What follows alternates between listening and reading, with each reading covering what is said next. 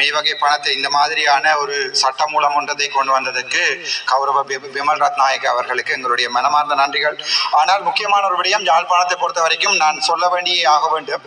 யாழ்ப்பாணத்திலே இருக்கின்ற முக்கியமான bus stand, அதாவது பஸ் நிறுத்துமிடம் வைத்தியசாலைக்கு அண்மையிலே இருக்கின்ற பஸ் ஸ்டாண்ட் கிட்டத்தட்ட 70-80 வருடங்களுக்கு மேற்பட்ட வரலாறை கொண்ட அந்த பஸ் ஸ்டாண்ட்.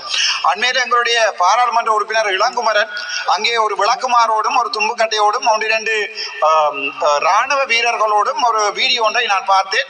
சுவர்களிலே ஒட்டப்பட்டிருந்த சுவரொட்டிகளை தேய்த்து கொண்டிருந்த மாதிரி ஒரு வீடியோ ஒன்றை கிளீன் ஸ்ரீலங்கா என்ற திட்டத்தின் போது ஆரம்பித்த போது நான் நினைத்தேன் இளங்குமரன் அப்படியே முழு பாதைகளையும் கூட்டி தூக்குவார் என்று. ஆனால் அது ஒரு வீடியோவுக்காக எடுக்கப்பட்டது. ஒரு கவலை என்னென்றால் அந்த பஸ் ஸ்டாண்ட் இப்போது ஒரு குடுக்காரர்களுடைய இடமாக மாறி போயிருக்கிறது. எங்களுடைய போக்குவரத்து அமைச்சர் அண்மையில டிசிசி மீட்டிங் கூட கதைக்கப்பட்டது.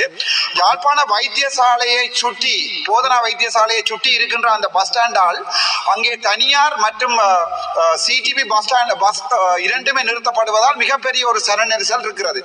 அது தொடர்பாக நாங்கள் எங்களுடைய டிசிசி மீட்டிங் கதைத்த போது 8ஆம் தேதியோ என்னமோ எங்களுடைய விமல் ரத்நாயக் அவர்கள் வருவதாகவும் அதற்குரிய நடவடிக்கைகள் எடுக்கப்படுவதாகவும் சொல்லப்பட்டது. ஆனால் அதிலே மிகப்பெரிய குறைபாடு என்னவென்றால் எங்களுடைய வடக்கு மாகாணத்தினுடைய உங்களுடைய மிகப்பெரிய ஹையான எங்களுடைய அரசாங்க அதிபர் என்று சொல்வதை விட ஆளுநர் என்றே சொல்லுவோம். ஆளுநரிடம் போவோம்.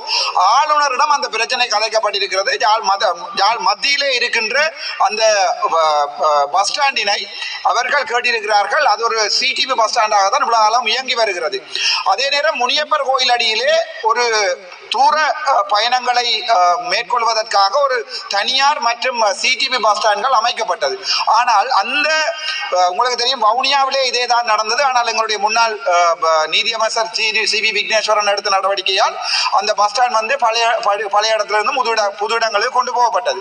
ஆனால் இந்த புதிதாக கட்டப்பட்ட மில்லியன் கணக்கிலே செலவழிக்கப்பட்ட இந்த பஸ் ஸ்டாண்டை இன்று வரைக்கும் அது ஒரு ஆடு மாடுகள் நாய்கள் படுத்திருக்கிற இடமாகத்தான் இருக்கிறது.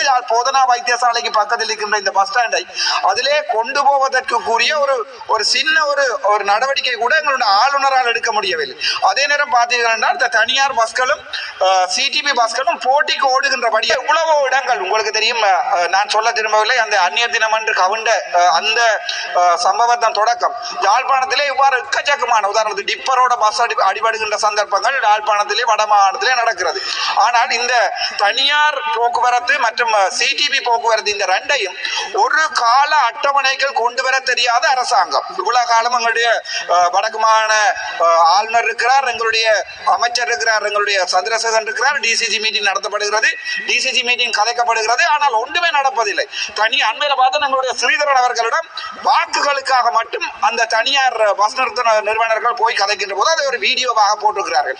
ஏன் எங்களுடைய கௌரவ பாராளுமன்ற உறுப்பினர் ஸ்ரீதரன் அவர்களால் ஒரு வசனம் கூட இந்த பாராளுமன்ற இன்னும் அவர்கள் கதைக்கவில்லை. ஆனால் நான் அந்த வீடியோவை பார்த்தேன். அது ஒரு பெரிய பிரச்சனை என்னென்றால் அங்கே தனியார் பஸ்களும் அதே நேரம் இந்த சிடிபி பஸ்களும் போட்டிக்கு ஓடுகின்ற சந்தர்ப்பத்திலே குழந்தை பிள்ளைகள் உட்பட ஒரு பெரிய ஒரு அனர்த்தங்கள் அதாவது ஆக்சிடென்ட் ஏற்பட்டு அனர்த்தங்கள் நிகழ்வதற்குரிய சாத்தியக்கூடி இருக்கிறது. ஆனால் எங்களுடைய அமைச்சர் உட்பட யாரையுமே வடக்கிலே கவனம் எடுப்பதில்லை.